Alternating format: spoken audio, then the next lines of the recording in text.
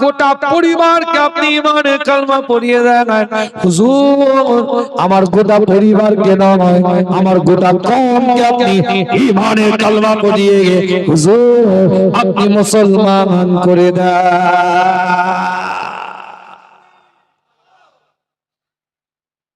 ইসলাম প্রচার হয়েছে তলোয়ারের দ্বারায় নয়, বন্দুকের দ্বারায় নয়। চমকিয়ে ধমকিয়ে কলার ধরে ইসলাম প্রচার হয়নি। কে বলছো তুমি মিডিয়া, গতি মিডিয়া? ইসলাম আমার রাসূলের আখলাকে আসারাত দ্বারা পরিচয় দিয়েছে। কথা কিছু বুঝতে পারছে? হুজুর ইন্তেকালের পরে মদিনাতুল মুনাওয়ারার বুকে শাম দেশের গোয়েন্দা বিভাগের প্রধানরা ঘুরে বেড়াচ্ছে। গোটা মদিনাতুল মুনাওয়ারায় দেখতে এসেছে মুসলমানদের কর্মকাণ্ডটা, মুসলমানদের অ্যাক্টিভিটিস, মুসলমানদের টার্গেট, মুসলমানদের অ্যাম্বিশন, মুসলমানদের চিন্তা, মুসলমানদের ভাবনা, এটা দেখার জন্য গোটা মদিনাতুল মুনাওয়ারাটার চতুর্দিক থেকে ঘিরে ফেলেছে। মুসলমানরা কি করে, টার্গেটটা কি, অ্যাম্বিশনটা কি, চিন্তাটা কি, ভাবনাটা কি, লক্ষ্য করে দেখে হাইয়া আলাস সালাহ, মুয়াজ্জিন আযান দেয়, আস্তে আস্তে মসজিদে গিয়ে নামাজ আদায় করে, যে যার কাজের মধ্যে বেরিয়ে যায়। কোন অ্যাক্টিভিটিস, কোন টার্গেট, কোন চিন্তা, কোন ভাবনা শাম দেশের গোয়েন্দা বিভাগের প্রধানরা বুঝতে পারে না। মদিনাতুল মুনাওয়ারার একটা বাজারের দোকানে গিয়ে একটা দোকানদারকে গিয়ে বলে এই মালটার দাম কত? দোকানদার বলছে 10 দিরহাম। বলে মালটা আমাকে দেন। বলে না, আপনাকে মালটা দেব না, ওই কোণের মধ্যে ভিতরে একটা দোকান আছে, ওখান থেকে আপনি মালটা কিনেন।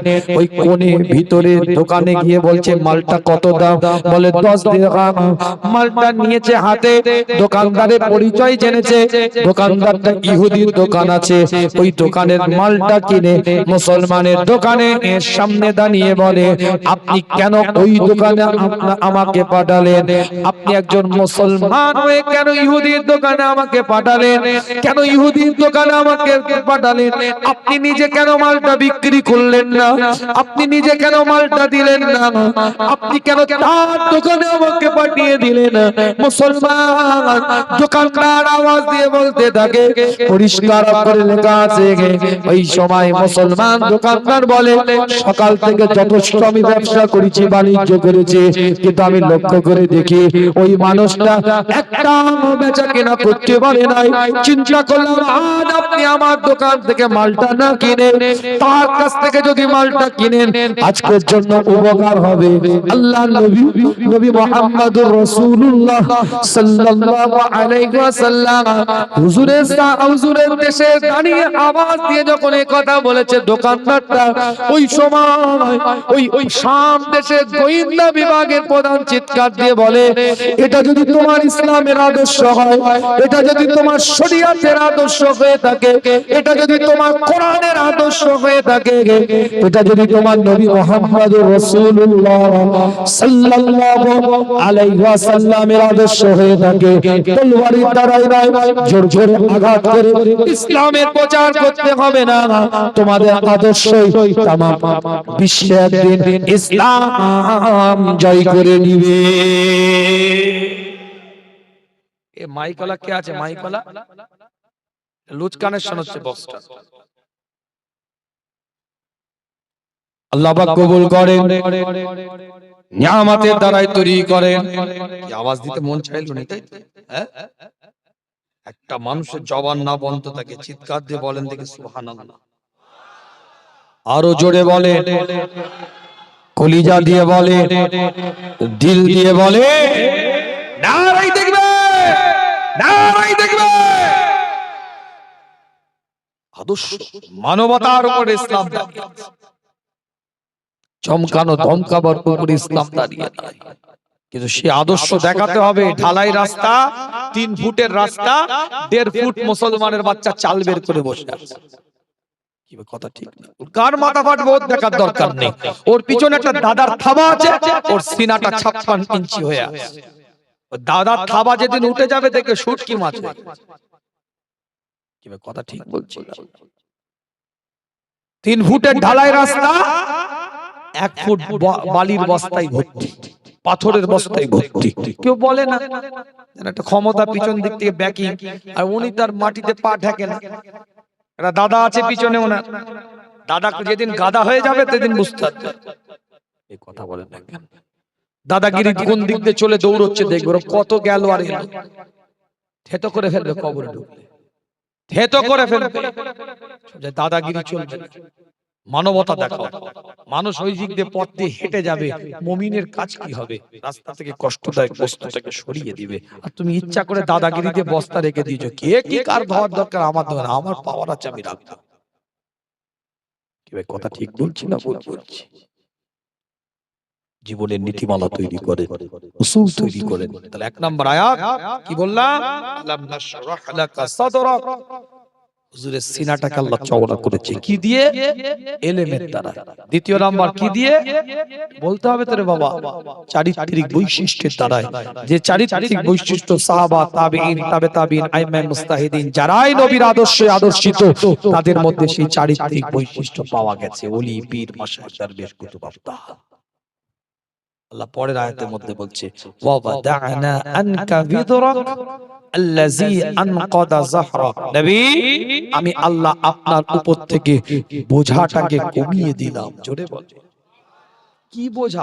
এটাই ব্যাখ্যা দিয়ে বিদায় নেব। কি বোঝা কমালে?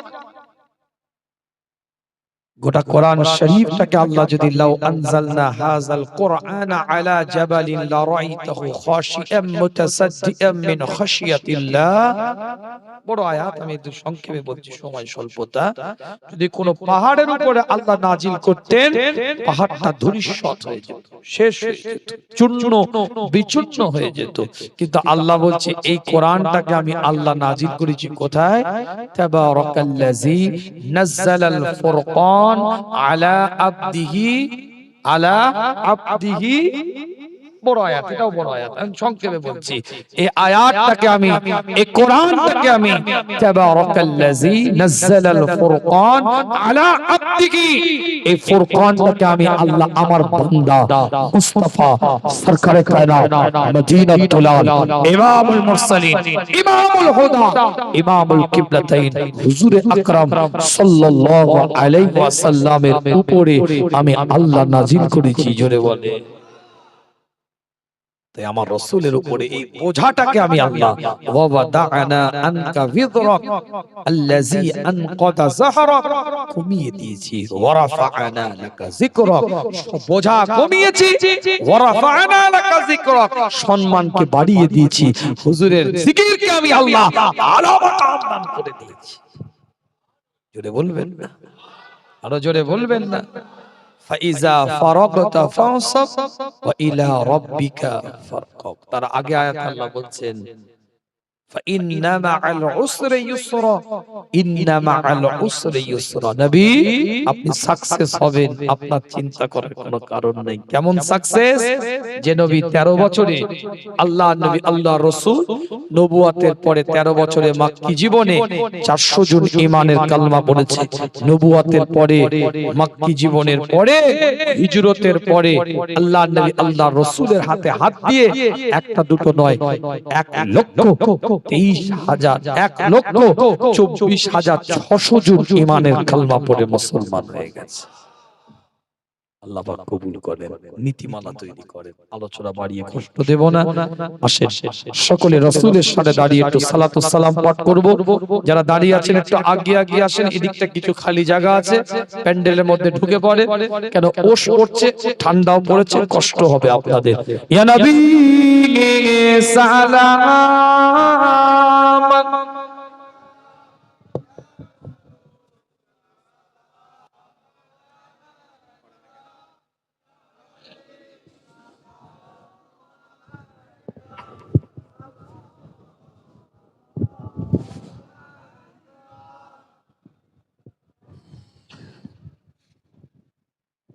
একটু আগে আগে আসেন, এদিকে খালি জায়গা আছে ভাই, একটু আগে আসেন।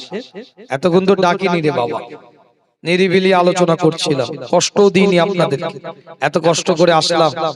যেভাবে এসেছি আল্লাহ পাকের খাস রহমত। আমি আগেই বলেছি আমার বাড়িতে অসুস্থ চাচি আম্মা জান, শরীর খুবই খারাপ, তারপর আল্লাহ পাক নিয়ে এসেছেন আপনাদের খেদমত। মানসিক ভাবে প্রস্তুতি না থাকলেও আল্লাহ পাক দু একটা কথা বলিয়ে নিয়েছেন। কি আপনাদের কষ্ট দিলাম? আমার কথা কি বুঝতে অসুবিধা হলো? প্রত্যেকটা কোট টু কোট দলিল ভিত্তিক কথা বলেছি। আল্লাহ পাক আমাদের সকলকে কবুল করেন। আমরা সিলসিলায়ে ফুরফুরা শরীফের মতবাদের উসুলের নীতির মানুষ, মাসলাকের জায়গায় মজবুতি হন, দলাদলি ইখতিলাফ থেকে বেরিয়ে আসেন, ইউনিটি করেন, একটা দল, একটা প্ল্যাটফর্ম তৈরি করেন জাতির সাথে, কওমের সাথে, মানুষের সাথে। কথা ঠিক না? প্রত্যেকের একটা মত থাকতেই পারে, আমি একটা মতে চলি, উনি একটা মতে চলে, সে একটা মতে যায়, কিন্তু ইসলামের উপর আঘাত আসলে সব কিছু দাফন করে দিয়ে এক জায়গায় দাঁড়িয়ে আমাদের প্রতিবাদের জায়গাটা একটা প্ল্যাটফর্ম তৈরি করতে হবে। কথা ঠিক না? দলাদলি নয়, ইখতিলাফ নয়, মতনৈক্য নয়। একটা সোনা একটা লোহার দিকে তাকিয়ে বলছে তুই এত চেঁচাস কেন? আমাকেও আঘাত করে, তোকেও আঘাত করে, তুই এত চেঁচাস কেন?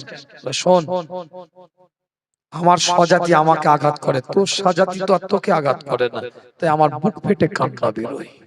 লোহাকে যে মারছে সে তো লোহাই, সোনা তো আর সোনা মানে না, সোনাকে লোহা মানে। কথাটা কাল্পনিক, কথাটা কাল্পনিক, কিন্তু কথাটার অনেক গুরুত্ব আছে। আমাদের ইউনিটির দরকার, একতার দরকার। আপনি একটা মাসলাকের উপরে চলেন, আমি একটা মাসলাকের উপর, আপনি একটা জিনিস ভালোবাসেন, আমি করেন না। কেন বিভাজন করছেন? কেন দলাদলি করছেন? স্টেজগুলোকে কেন গীবতের কারখানা বানিয়েছেন? এই কথা বলে না কেন? স্টেজগুলোকে কেন সোশ্যাল মিডিয়াতে টুপি, দাড়ি, জুব্বা, পাগড়ি, আজকান নিয়ে কেন গীবত করছেন? কি দরকার আপনার? কোরআনের কি আয়াত নেই না আপনার হাদিসের কোনো ইবারত নেই? দলিল ভিত্তিক কথা বলে মানুষকে কি বোঝানো যায় না? কারোর সাথে আমার মতের মিল নেই, ঠিক আছে, আমি তার সাথে চলি না, উনি ওনার সাথে চলে না, তিনি, ঠিক আছে, কিন্তু আমি তার ব্যক্তিগত জীবন তুলে কথা বলবো, আমি তার পার্সোনাল লাইফ নিয়ে কথা বলবো, এটা তো এই জায়গা নয়। আপনার সাথে ব্যক্তিগত হলে আপনি ফোনে তার সাথে কথা বলুন। সমাজের মানুষ আপনারা কেন মেনে নেবেন? আপনারা কোরআন শুনতে এসেছেন, শরীয়তকে জানতে এসেছেন, ইসলামকে বুঝতে এসেছেন, কই একটা মানুষ তো প্রতিবাদ করলেন না? উঠে দাঁড়িয়ে বললেন না তো, এ আলেম, এ মাওলানা, এ হুজুর, এ পীর সাহেব, এ পীরজাদা, আপনার মুখে এটা শোনানোর জন্য আপনাকে 20,000 টাকা দিয়ে নিয়ে আসিনি। আপনি কোরআন বলবেন, হাদিস বললে বলতে পারলে পারেন, নালে নেবে চলে যান। কই প্রতিবাদটা তো করতে পারলেন না? হ্যাঁ করে শুনছে। ও কেন কেন শুনছেন? যার পক্ষেই বলুক আর যার বিপক্ষে বলুক, সে গীবত করছে নবীর ব্যাপারে। তোমার দল আগে, তোমার ব্যক্তি ভালোবাসা আগে না, তোমার ইসলাম, তোমার কোরআন, তোমার শরীয়তকে আগে ঠিক করো। কথা কিছু বুঝতে পারছেন? এই কথা বলেন, কথা কিছু বুঝে যাচ্ছে না? বোঝা যায় হয়তো আপনার পক্ষেই কথা বলছে সে, কিন্তু সে গীবত করছে। কেন ঈমান আপনাকে এটা বললো না যে আমার পক্ষে হতে পারে? কথাটা গীবত। কিসের মুসলমান তুমি? কথাটা কিছু বুঝতে পারছেন? হয়তো আমার পক্ষেই কথা বলছে, কিন্তু কথাটা গীবত। কথাটা বোঝা যাচ্ছে না? বোঝা যায় না? অসচেতন। ও না না, ঠিক আছে, আমার গ্রুপের, আমার লাইনে, আমার লবি, আমার অ্যাঙ্গেলে কবরে ঢুকো, অ্যাঙ্গেল বোঝাবে। আমি পর্তাবে কাইয়ুমের বাড়ির ছেলে, আমি দৌড়ে খিল দিয়া কথা বলি না। সোশ্যাল মিডিয়া, ইন্টারনেট, ইউটিউবে আজ থেকে আলোচনা করছি না, 18 বছর জলসার লাইভ হয়ে গেল। বিগত দিনের বক্তব্য শুনে নেন। হকের উপরে দাঁড়িয়ে কথা বলে এসেছি, বলছি, আগামী তো ইনশাআল্লাহ বলবো। আমার দাদাজান বলতেন, হক কথা বলবি, হক পথে চলবি, মানুষ যদি নেয় যাবি, আর না হলে ঘরে বসে থাকবি, যা রেখে যেছি তোর ছেলে ছেলে চলে যাবে। তোমার গ্রামে আমি জোন কাটতে আসিনি। আপনার সাথে আমার মতের মিল নেই, আপনার সাথে আমার মাসলাকের মিল নেই। মুজাদ্দেদ জামান কি বলেছে ওসিয়াতে? কি বলেছে ওসিয়াতে? খুলে দেখো। যতক্ষণ পর্যন্ত কোন মাসালা তোমরা আলেম উলামা মুফতিদের মধ্যে ফয়সালা না হয়, সেই মাসলাটা আম মজলিসে বলবে না। ফয়সালা তো দূরের কথা, ইনি ভাইরাল হওয়ার জন্য আম মজলিসে বলার জন্য উস্তাদ হয়ে আছে। কথাটা কি ভুল হচ্ছে না? আমার বক্তব্য স্পষ্ট। আপনি কাকে ভালোবাসবেন কাকে বাসবেন না, কোন আলেমের কত পরামর্শ নেবেন, কোন আলেমের পরামর্শ নেবেন না, কার কথা অনুযায়ী চলবেন কাকে কথা অনুযায়ী চলবেন না, এটা আপনার পুরোপুরি ব্যক্তিগত একটা অভিরুচি। আমার এখানে কোন রকম কথা বলার অধিকার নাই, কিন্তু আমার একটাই বক্তব্য, যে আলেম হোক, মুফতি হোক, মাওলানা হোক, হাফেজ হোক, ইমাম হোক, পীর সাহেব হোক, পীরজাদা হোক, নবীর মেম্বারে যদি ইশারা ইঙ্গিতেও গীবত করে, নাম ধরেও যদি গীবত করে, আপনার পক্ষে গেল কি বিপক্ষে গেল বিষয় নয়, কথাটা গীবত, কথাটা আয়েব, কথাটা মানুষের আয়েবের কথা। সেখানে আপনি যদি বসে বসে কথাটা শুনে মজা পান, ঈমানের দাওয়ায় আপনার উপরে প্রশ্ন এসে যাবে বলে গেলাম আজকে আমি। যদি আপনি মজা নেন কথাটা শুনে, হয় উঠে চলে যান প্রতিবাদ না করতে পারলে, আর নাহলে প্রতিবাদ করুন। এটা ইসলাম, এটা শরীয়ত, এটা দ্বীন, এটা কারো বাবার সম্পত্তি নয়, সে তার মতন করে চালাবে। কোন মুফতির বাবার সম্পত্তি নয়, কোন পীরজাদা, কোন পীর সাহেবের, কোন আলেমের বাবার সম্পত্তি নয়, সে তার মতন করে চালাবে। এটা কোরআনের স্টেজ, তোমার বাবার সম্পত্তির স্টেজ নয় এটা। কি হচ্ছে? ছেলে খেলা ধরেছো নবীর মেম্বারটাকে নিয়ে মজা লিচ্ছ? ও তোমার পক্ষে হয়ে গেছে, মজা লিচ্ছ? কথা তোমার পক্ষে তোমার বিপক্ষে নয়, কথাটা কি কারো আয়ে কারো গীবত কি আগে দেখো। আমার কথাটা কি বোঝা যাচ্ছে না বোঝা যায় কি? আমি কারো পক্ষে বলছি কারো বিপক্ষে বলছি?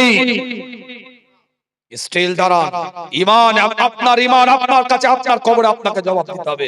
কোন মুফতি, কোন আলেম, কোন পীর সাহেব, কোন পীরজাদা তোমার কবরে উকি মেরে দেখতে যাবে না, তোমায় খেতে করবে। কথা বলেন, কথা ঠিক না ভুল? আম মানুষ নিজের পায়ে নিজে কুরুল মেরেছে। আম মানুষ জানার পরেও আনবে কেন তাকে? সেই বক্তা, সেই আলেম, সেই হুজুরকে আনবে কেন? কথা বলে না কেন? তুমি তো চয়েস করে করে নিয়ে আসছো, গীবত শুনবে বলে, পরচর্চা শুনবে বলে, গ্রামে একতলাপ লাগাবে বলে, মতনৈক্য লাগাবে বলে, তুমি তো ডেকে নিয়ে আসছো। আর আম মানুষ বলছে সে কি এমনি ঢুকে পড়েছে? তুমি কোন বক্তাকে চয়েস করছো তাকে দেখবে না? কে বক্তৃতা দিবে তোমার কোরআনের মঞ্চে, তুমি যাচাই বাছাই করবে না? মুজাদ্দেদে জামানের দরবারে 17 বার গেছে, টোটাল 18 বার গেছে, 17 বার গিয়ে ঘুরে এসেছে কে? সুফি আব্দুল মাবুদ ফারুকি রাহমাতুল্লাহ আলাইহি মুজাদ্দেদে জামানের দরবারে গেছে, চলে এসেছে, গেছে, চলে এসেছে। সামানে উমরি কিতাবের মধ্যে লিখছে সুফি আব্দুল মাবুদ ফারুকি রাহমাতুল্লাহ আলাইহি, আমি 18 বারের মাথায় গেলাম, আমি দেখতে পাই আমার পীরের মাথায় খোদ আল্লাহর রাসূল পাগড়ি পরিয়ে দিচ্ছে। সেদিন আমি আমার পীরের হাতে হাত দিয়ে বায়াত হয়েছি। হাত জোর করে বলে গেলাম, আমি কারো পক্ষেও নয়, কারো বিপক্ষেও নয়। আপনাকে কাকে ভালো লাগবে আপনার ব্যক্তিগত ব্যাপার। নবীর মেম্বারটা গীবতের কারখানা না হয়। আপনি বক্তা আনেন, যাকে খুশি আনেন, যেন হাদিস কোরআন বলে। এই কথা বলে না কেন? হাদিস কোরআন বলে, সারা শরীয়তের কথা বলে, পীর মাশায়েখ ওলি আউলিয়াদেরও কথা বলুক, অসুবিধা নেই। কি কথা ঠিক না? কেন আমাদের বাতাবরণ পৃথিবী ফুরফুরা সিলসিলা কেমন ওয়াজ, ওই এই ওয়াজ, বাংলা ভাষাটা বলতে জানে না, আঞ্চলিক ভাষার মধ্যে সীমাবদ্ধ। ভাষা ঠিক কর। আঞ্চলিক ভাষা বলছি কেন নবীর মেম্বারে? তুই কি তুই বাগজলা, বাদুরিয়া, ওই বসিরহাট, ওই পিফা, এই কটা থানার লোক তোর ওয়াজ শুনছে, অন রেকর্ড হচ্ছে, গোটা পৃথিবীর লোক বাংলা ভাষাভাষী মানুষ শুনছে, কেন বাংলা আঞ্চলিক বলছো? ভাষাগত জ্ঞান নেই তোমার? কথা বলে না কেন? শুদ্ধভাবে কথা বলতে পারো না? আল্লাহ পাক কবুল করেন, সকলে বলেন আমিন। জোরে বলা যাবে আমিন, চিৎকার দিয়ে বলা যাবে আমিন, কলিজা দিয়ে বলা যাবে আমিন। আমি কারো পক্ষেও নয়, কারো বিপক্ষেও নয়। আমি আমার জায়গা থেকে দাঁড়িয়ে যেটুকুন বুঝ আমার হয়েছে আমি সতর্ক করে গেলাম। ভালো লাগলে নিবেন, না ভালো লাগলে বাদ দিবেন, আপনার ব্যক্তিগত ব্যাপার। আমাদের ইউনিটির দরকার, একতার দরকার। একটা গ্রামে, একটা পাড়ায় 5টা রাজনৈতিক দল থাকতে পারে, থাকবে, এটা তার গণতান্ত্রিক অধিকার, সাংবিধানিক অধিকার। সে তার গণতান্ত্রিক অধিকারে রাজনীতি করছে। কিন্তু মনে রাখবেন, মৌলিক ইসলামের উপর আঘাত আসলে সব রাজনৈতিক পোশাক খুলে দিয়ে শরিয়াতের পোশাকে আবদ্ধ হয়ে এক জায়গায় দাঁড়িয়ে তার প্রতিবাদ করুন। এটা মসজিদ নাকি? এই মসজিদের আশপাশে তো ধরেন 15টা বাড়ি, 20টা বাড়ি, 25টা বাড়ি, আমি কথা লেগে 30টা বাড়ি এই মসজিদের মুসল্লি। 30টা বাড়ির মত কি এক হবে না? কেউ ফুরফুরা মুরিদ, কেউ একটা দল করে, কেউ একটা মতপথের মানুষ, কেউ আরেকটা মতপথের মানুষ। আলহামদুলিল্লাহ, ভালো, কোনো ব্যাপার নয়, যেটা খুশি করো। কিন্তু এই মসজিদটার উপরে যখন আঘাত আসবে, উনি ফুরফুরা, উনি অমুক, উনি তমুক, এ বিচার করতে আর গেলে হবে না। তখন মসজিদের মুসল্লি হয়ে এক জায়গায় দাঁড়াতে হবে, তবে এটাকে বাঁচাতে পারবে। আমি উদাহরণ দিয়ে বলছি, চাস্তো ভাই এসে অ্যাটাক করছে, কে? নিজের ভাইকে। নিজের ভাইয়ের সাথে দু কাটা, এক কাটা, 1 শতক জায়গালে একটু ঝামেলা আছে, কিন্তু যখন অ্যাটাকটা চাস্তো ভাই করছে তখন কিন্তু দাঁড়াতে হবে। এই কি বলছিস তুই পেটিয়ার? কথা ঠিক বলছি না? আমি খুব সাধারণ ভাবে কথাটা বোঝাতে চাইছি আপনাদেরকে। মাসলাক যার যার, ইসলাম সবার। এই কঠিন এই সময় আমরা দাঁড়িয়ে আছি। এখন যদি আমরা গ্রামে, পাড়ায়, মহল্লায় এই গ্রাস লেভেল থেকে ঐক্য না তৈরি করতে পারি, সমাজে কিন্তু অসুবিধা আছে। কথা কিছু বুঝতে পারছো? ঐক্য মানে এটা নয় আমি এনার সাথে জলসা করি, এ ঐক্য হয়ে লাভ নেই। আমি ওনার সাথে কথা বলি, আরে ঐক্যটা তোমার ইস্যু ভিত্তিক ঐক্য তৈরি করো, ইস্যু ভিত্তিক ঐক্য তৈরি করো। বুঝতে পারছেন?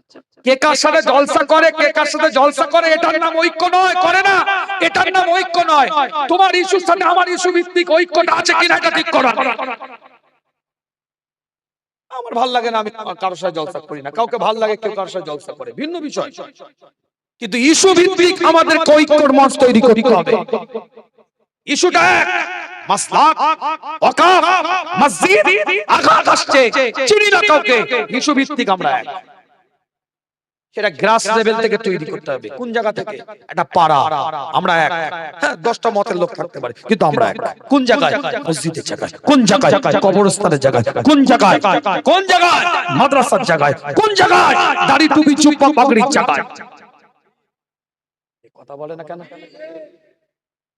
এই জায়গাতে গ্রাস লেভেল, নিচু থেকে গ্রাম, পাড়া, বাড়ি, বাড়ি এখন আপনার গ্রামে বাড়িটা এখন, পাড়া এখন, মহল্লা এখন, থানা এখন, জেলা এখন, রাজ্য এখন, দেশ এখন ইনশাআল্লাহ। আবারও বলছি, কথাটা ভালো করে বুঝবেন, ইস্যু ভিত্তিক প্ল্যাটফর্ম ঐক্য তৈরি করেন।